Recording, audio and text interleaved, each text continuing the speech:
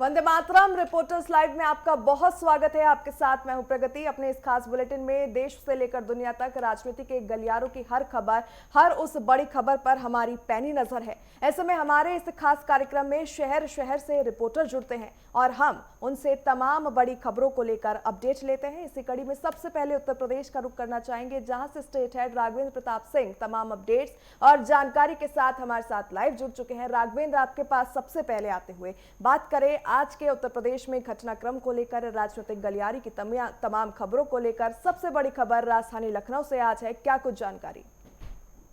अगर आज की महत्वपूर्ण खबरों की बात कर ले तो आज लखनऊ को एक विशेष सौगात मिलने वाली है, जिसमें लखनऊ ग्रीन कॉरिडोर जो बना हुआ है समता मूलक चौराहे से डालीगंज तक, वो सौगात आज लखनऊ वासियों को रक्षा मंत्री राजनाथ सिंह, जो खुद भी लखनऊ के सांसद भी हैं, उनके हाथ में सौगात मिलेगी। मुख्यमंत्री योगी आदित्यनाथ वहां मौजूद रहेंगे। डिप्टी सीएम तो दोनों उप मुख्यमंत्री ब्रजेश पाठक, विष्णु प्रसाद मौर्य और यहाँ की मेयर सुषमा खरगोवाल की मौजूदगी में ये सौगात लखनऊ वासियों को दी जाएगी। जाम से तो मुक्ति मिलेगी ही। ये सौगात मिलने के बाद से एक तरह से कहा जा सकता है कि शुद्ध ऑक्सीजन के लेते हुए आप अपनी यात्रा को फर्राटा भर सकते हैं, क्योंकि जिस तरह का ये ग्रीन कॉरिडोर बेल्ट बनाया गया है, सड़कों को दोनों तरफ जिस तरह बिल्कुल राघवेंद्र, कुछ कारण के कारण आपकी आवाज ठीक से नहीं पहुंच पा रही। वापस आपके पास लौटेंगे। एक बार उत्तराखंड के गैरसैंण से उपेंद्र सिंह राणा का रुख करना चाहेंगे तमाम अपडेट्स के साथ, वो हमारे साथ जुड़े हुए हैं। उपेंद्र, आपके पास आते हुए कल की अगर बात करें, विधानसभा सत्र के दौरान जिस तरीके से भारी हंगामा देखा गया था, चाहे सतपाल महाराज का वो बयान हो या फिर डेमोग्राफिक चेंज को लेकर भाजपा का तर्क हो, क्या कुछ फिलहाल आज के दिन अपडेट है? देखिए, आज पांचवा दिन भी जो है वो हंगामेदार रहने वाला है। और जिस तरीके से सदन के बाहर आज विपक्ष ने जिस तरीके से एलपीजी गैस सिलेंडर की किल्लतों को लेकर काफ़ी हंगामा जो है सदन के बाहर किया। उन्होंने कहा कि जिस तरीके से जो मिडिल ईस्ट में जो युद्ध हो रहा है, उसका असर जो है अब देश भर में जो गैस में जो है गैस एजेंसियों में जो है देखने को मिल रही है, जो गैस की किल्लतें हैं वो देखने को मिल रही है। देहरादून के मसूरी क्षेत्र में के होटलों में जिस तरीके से कई जगहों पर जो है सिलेंडर नहीं मिल रहे हैं, कॉमर्शियल सिलेंडर, उसको लेकर जो है उन्होंने आज इस तरीके से प्रदर्शन किया। हालांकि मुख्यमंत्री पुष्कर सिंह धामी ने कहा कि किसी भी प्रकार की कोई किल्लत नहीं है, पूरी व्यवस्था जो है वो सरकार जो है वो देख रही है। उसको लेकर मुख्य सचिव को भी पत्र भेज दिया गया है और जल्द जो है जो समस्या आ रही है उसका निस्तारण जो है वो किया जाएगा। दूसरी ओर जिस तरीके से आज सदन के अंदर की अगर बात की जाए तो आज जिस तरीके से विभागवार जो है बजट पर जिस तरीके से चर्चा होगी, साथ ही कृषि मंत्री गणेश जोशी और पशुपालन मंत्री सौरभ बोगड़ा जो है अपने विभागों को लेकर जो है अपने विभागों को लेकर जो चर्चा करेंगे, साथ ही उनका विपक्ष के जवाबों को भी देंगे। साथ ही साथ जिस तरीके से कल ये देखा गया था कि जनगणना को लेकर जिस तरीके से जो बात की गई थी कि जनगणना जो है वो होनी चाहिए, साथ ही साथ जिस तरीके से एक विशेष लोगों को लेकर जो बात की गई थी कि जो 15 और 3 के बच्चों को लेकर जो बात की गई थी, साथ ही इस पर जो है अब सियासत जो है वो गर्मा गई है। इस पर साफ तौर पर यह कहा जा रहा है कि इन तमाम चीज़ों पर जो है वो चर्चा होनी चाहिए। साथ ही साथ ये भी देखा गया कि इस पर अब विपक्ष भी जो है वो सवाल उठा रहा है। लेकिन आज की अगर बात की जाए तो आज जिस तरीके से विभागवार बजट पर चर्चा होगी, साथ ही साथ नियम 58 के तहत जो है भ्रष्टाचार के मुद्दे पर भी चर्चा की जाएगी। बिल्कुल उपेंद्र, ऐसे में अगर कल की बात कर लेते हैं, जिस तरीके से बदलती डेमोग्राफी को लेकर सरकार की ओर से बात कही गई थी, ऐसे में विपक्ष जो है वो तंज कसता नजर आया था। मंगलौर विधायक की हम बात करें तो उन्होंने काफी आक्रोशित लहजे में अपने बयान दर्ज कराए थे। वहीं अगर बात करें काजी निजामुद्दीन की, तो उनकी तरफ से एक बात और कही गई थी कि जब से धामी सरकार सत्ता में आई है राज्य के, उनकी तरफ से एक आंकड़ा पेश किया गया था कि राज्य में कुपोषण के मामले काफी हद तक बढ़ते नजर आए हैं। सीधा सीधा उन्होंने राज्य की स्वास्थ्य प्रणाली के ऊपर जो है गंभीर सवाल खड़े किए। तो क्या आज इस मामले को लेकर भी विपक्ष की तरफ से हंगामा देखा जा सकता है?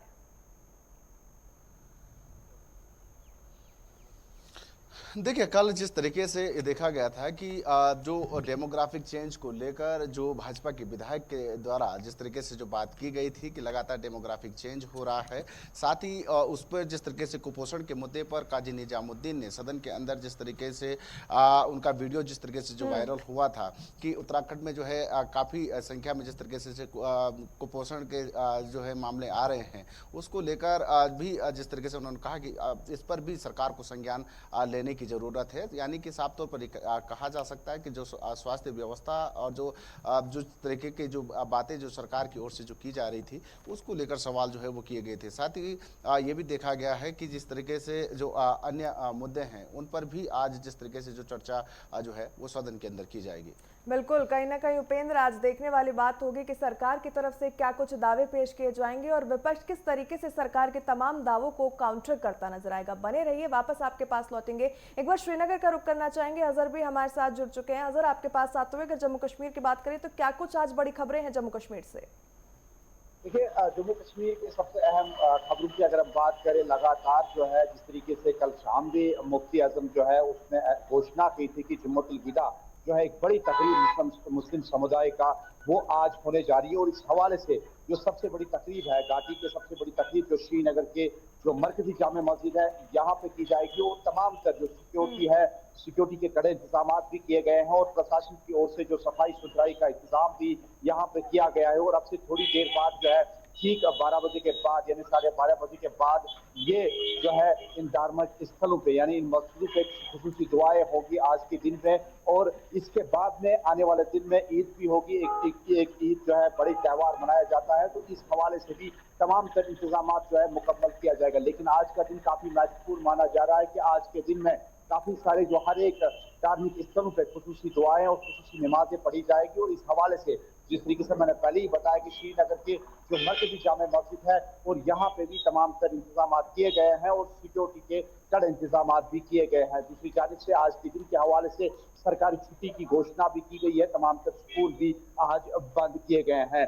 दूसरी खबर की अगर हम बात करें, डॉक्टर फारूक अब्दुल्ला, हालांकि बीते दिन जिस तरीके से ग्रेटर कैलाश जम्मू में जो इंसिडेंट पेश आया, उन पे जो गोली से हमला किया गया और उसके बाद में जो है कहीं ना कहीं जो एक सवालिया निशान जो सिक्योरिटी फोर्सेस के ऊपर लग रहा था, लेकिन दूसरी जानिब से अल्टी मोटर सेना के द्वारा पहले उनकी पूछताछ की गई और फिर उसके जानिब से एक जो है जो एक बयान भी सामने आया कि इस मामले में एक निष्पक्ष जांच होगी जिसमें स्पष्ट किया जाएगा कि किस प्रकार से ये हमला किया गया था और क्या जो इसमें जितने भी मुलविस होंगे उनको जो है कड़ी से कड़ी सजा दी जाएगी।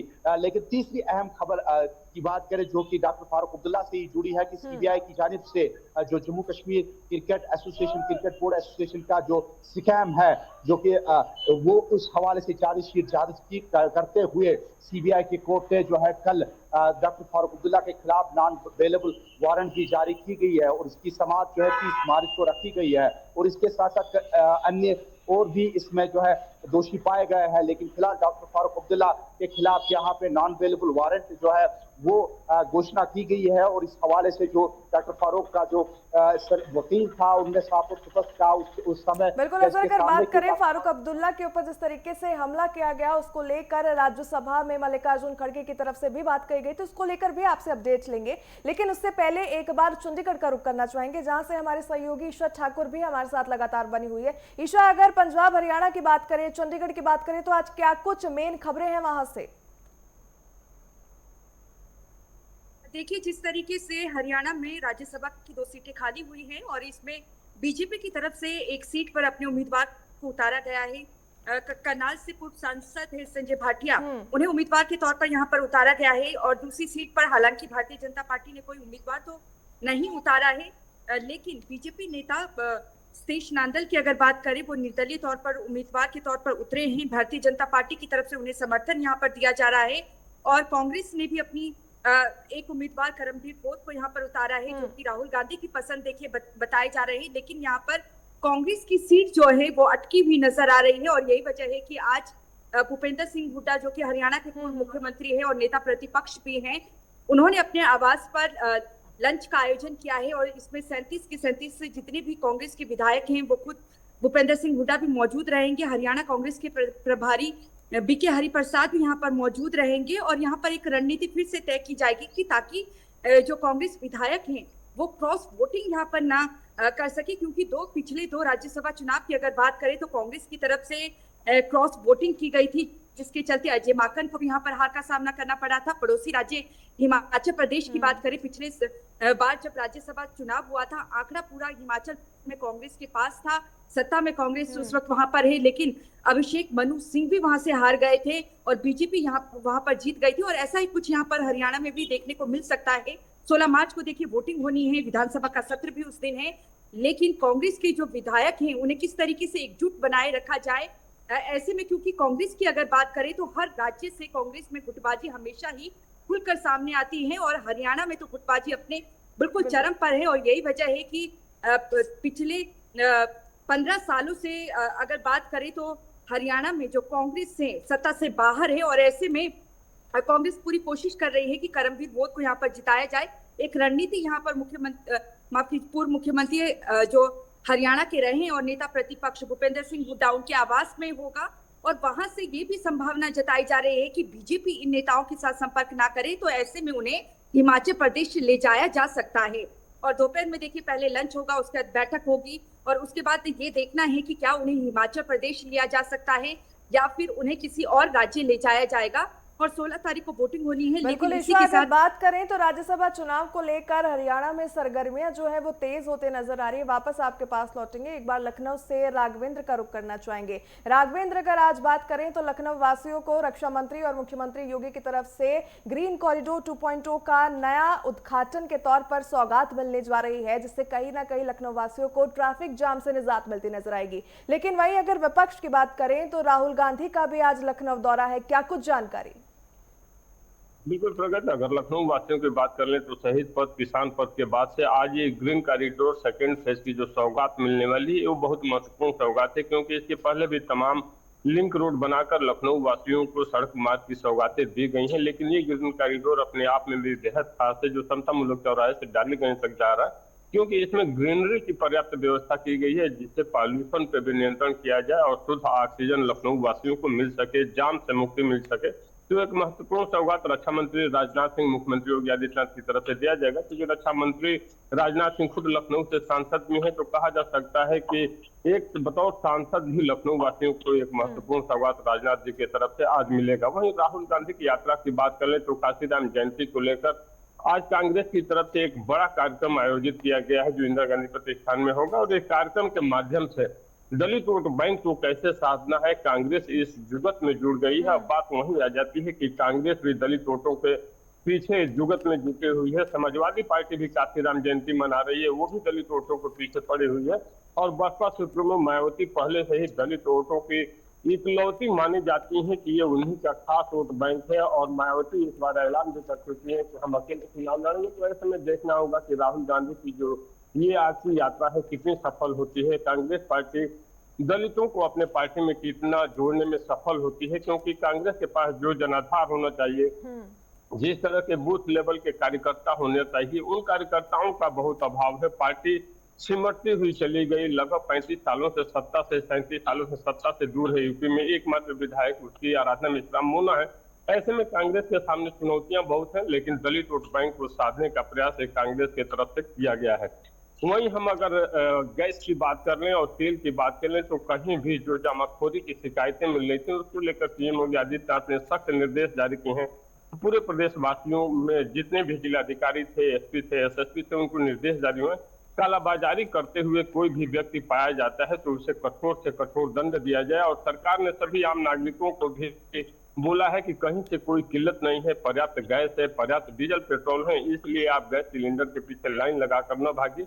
अब देखना होगा अगर युद्ध लंबा चलता है तो क्या परिस्थितियां होती हैं। बिल्कुल राघवेंद्र, बात करें जिस तरीके से खबरें सामने आई है कि एक्शन मोड में योगी प्रशासन सामने आया है, काम करता नजर आ रहा है। इसी कड़ी में अपने आज सरकारी आवास पर सीएम योगी ने अधिकारियों की बैठक भी ली है कि एलपीजी को लेकर क्या कुछ स्थिति है। वापस आपके पास लौटेंगे, एक बार श्रीनगर से अजहर के पास जाना चाहेंगे। अजहर, वापस आपके पास लौटते हुए जिस तरीके से से भी हम थोड़ी देर पहले जिक्र कर रहे थे कि फारूक अब्दुल्ला के ऊपर जब हमला हुआ तो राज्यसभा में नेता प्रतिपक्ष मल्लिकार्जुन खड़गे की तरफ से कहा गया कि जब से एनसी की सरकार जम्मू कश्मीर में आई है वहां पर सुरक्षा को लेकर कई मसले खड़े हो रहे हैं, कई बार जो है सुरक्षा में चूक देखी गई है। ऐसे में अगर बात करें पूरे विपक्षी दलों की, इंडी गठबंधन की, तो उनमें एकजुटता नजर नहीं आ रही है, क्योंकि उमर अब्दुल्ला की तरफ से भी कई बार प्रधानमंत्री की तारीफ की जाती है। तो क्या हम मल्लिकार्जुन खड़गे का जो बयान है उसे इस तरीके से लेके देखें कि विपक्ष में आपसी मतभेद हो रहा है या मनभेद होता नजर आ रहा है?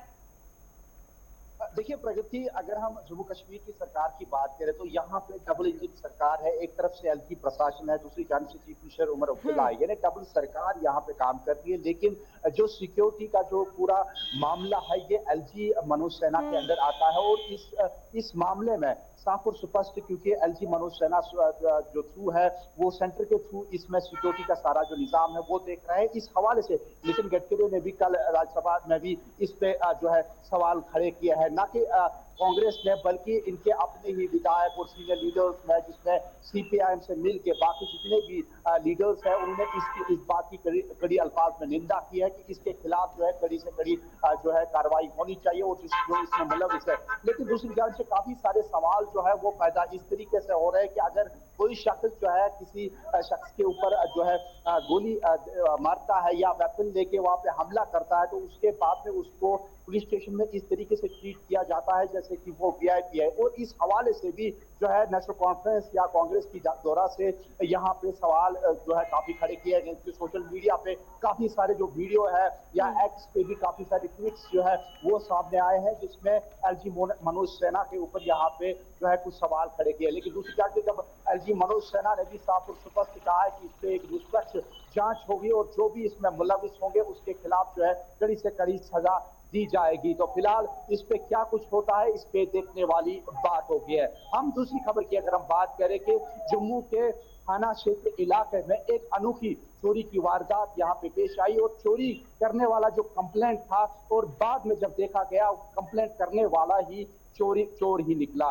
दरअसल ये मामला जो है थाना मंडी जम्मू में पेश आया और जो ये शख्स जिसका नाम अंकुर बताया जाता है ये अपनी फैमिली को लेके, अपनी पत्नी को लेके मोटरसाइकिल से कहीं जा रहा था। तो इसी बीच तो ये एक शख्स जो है उन्होंने इनकी मोटरसाइकिल रोक ली है। बिल्कुल अजहर, अगर बात करें जिस तरीके से फारूक अब्दुल्ला के ऊपर फायरिंग का ये मामला सामने आया, सुरक्षा की तरफ से तो बड़ी चूक थी और काफी निंदनीय ये कृत्य माना भी जा रहा है। एक बार उत्तराखंड से फिर से जाकर उपेंद्र का रुख करना चाहेंगे। उपेंद्र, वापस आपके पास लौटते हुए अगर बात करें राजधानी देहरादून की, तो राजधानी देहरादून में एलपीजी को लेकर लगातार संकट के बादल मंडराते नजर आ रहे हैं। जो स्ट्रीट फूड वेंडर्स हैं, जो रेस्टोरेंट मालिक है या फिर होटल कर्मचारी है, उनकी तरफ से कहा जा रहा है कि अब धीरे धीरे हमारा एलपीजी का स्टॉक जो है वो खत्म होता नजर आ रहा है। ऐसे में सरकार की तरफ से क्या कुछ बातें कही जा रही है, क्या कुछ एक्शन लिया जा रहा है? क्योंकि कमर्शियल सिलेंडर्स अगर खत्म हो गए, धर्म नगरी पर्यटन के सीजन की दहलीज पर खड़ी है, चार धाम यात्रा की शुरुआत हो रही है, ऐसे में अगर कमर्शियल सिलेंडर की किल्लत सामने आती है तो बेहद बड़ा नुकसान देवभूमि को उठाना पड़ सकता है। देखिए बिल्कुल, क्योंकि चारधाम यात्रा नज़दीक है, उसके साथ ही जिस तरीके से अब हरिद्वार हो या मसूरी हो, तमाम जो घूमने वाले स्थल हैं वहाँ पर जो है जिस तरीके से होटल में कॉमर्शियल सिलेंडर जो है वो ख़त्म हो रहे हैं। ऐसे में काफ़ी दिक्कतों का सामना जो है वो वहाँ पर करना पड़ रहा है। होटल व्यवसाय के लोगों का ये कहना है कि धीरे धीरे जो है जो स्टॉक जो कॉमर्शियल गैसों का था वो ख़त्म होता जा रहा है और ऐसे में ये संकट भी हो चुका है कि होटलों को बंद रखने की कगार पर जो है वो आ चुका है। क्योंकि अगर गैस सिलेंडर नहीं मिलेंगे तो ऐसे में कैसे होटल चलाएंगे, ये सबसे बड़ी समस्या उनके सामने आ चुकी है। हालांकि जिस तरीके से सरकार का ये कहना है कि पूरी व्यवस्था जो है वो की जा रही है, किसी प्रकार का कोई पैनिक करने की ज़रूरत नहीं है, तमाम जो व्यवस्थाएं हैं वो की जा रही है। मुख्य सचिव को जो है वो पत्र भी लिख दिया गया है और जल्द जो है उस समस्या का समाधान भी किया जाएगा। उसके साथ ही ये भी साफ तौर पर कहा, वन मंत्री ने ये भी कहा है कि जो लकड़ी का स्टॉक है वो भी जो है होटल व्यवसाय के लोगों को जो है वो दिया जाएगा ताकि लकड़ी से जो है वो खाना जो है वो बना सके।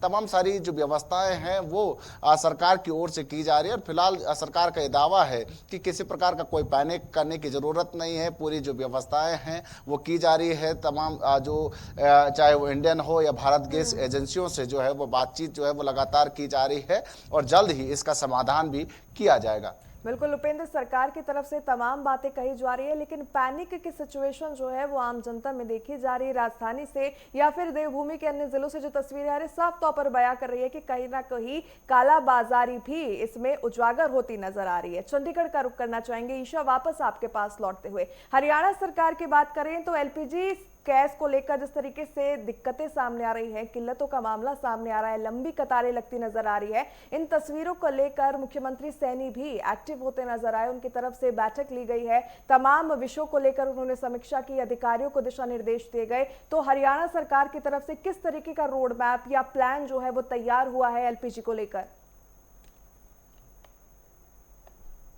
देखिए, जिस तरीके से पश्चिम एशिया की बात करें, युद्ध की स्थिति बनी हुई है और ईरान के जिस तरीके से राजधानी में इस वक्त भी बमबारी हो रही है और ईरान भी रुकने का नाम नहीं ले रहा है, इससे कहीं ना कहीं जो यहाँ पर अगर हम खासतौर से भारत की बात करें तो स्थिति अब कहीं ना कहीं गंभीर होती नजर आ रही है। लेकिन सरकार का लगातार यही कहना है, अगर मुख्यमंत्री हरियाणा की बात करें वो भी ये कहते नजर आ रहे हैं कि खाद्य आपूर्ति विभाग की तरफ के साथ उन्होंने अधिकारियों के साथ बैठक की है, सभी को दिशा निर्देश जारी कर दिए हैं कि किसी तरीके की कालाबाजारी ना हो। यहाँ पर उनकी तरफ से जो कहा गया है वो यही स्पष्ट किया गया है कि हरियाणा में किसी तरीके की दिक्कत नहीं है, चाहे घरेलू की अगर बात करें या कमर्शियल सिलेंडर की। उनका कहना है कि एक अफवाह यहाँ पर फैलाई गई है कि आने वाले दिनों में किल्लत हो सकती है और यही वजह है कि कालाबाजारी हो रही है और लोग जो है लगातार भंडारण कर रहे हैं।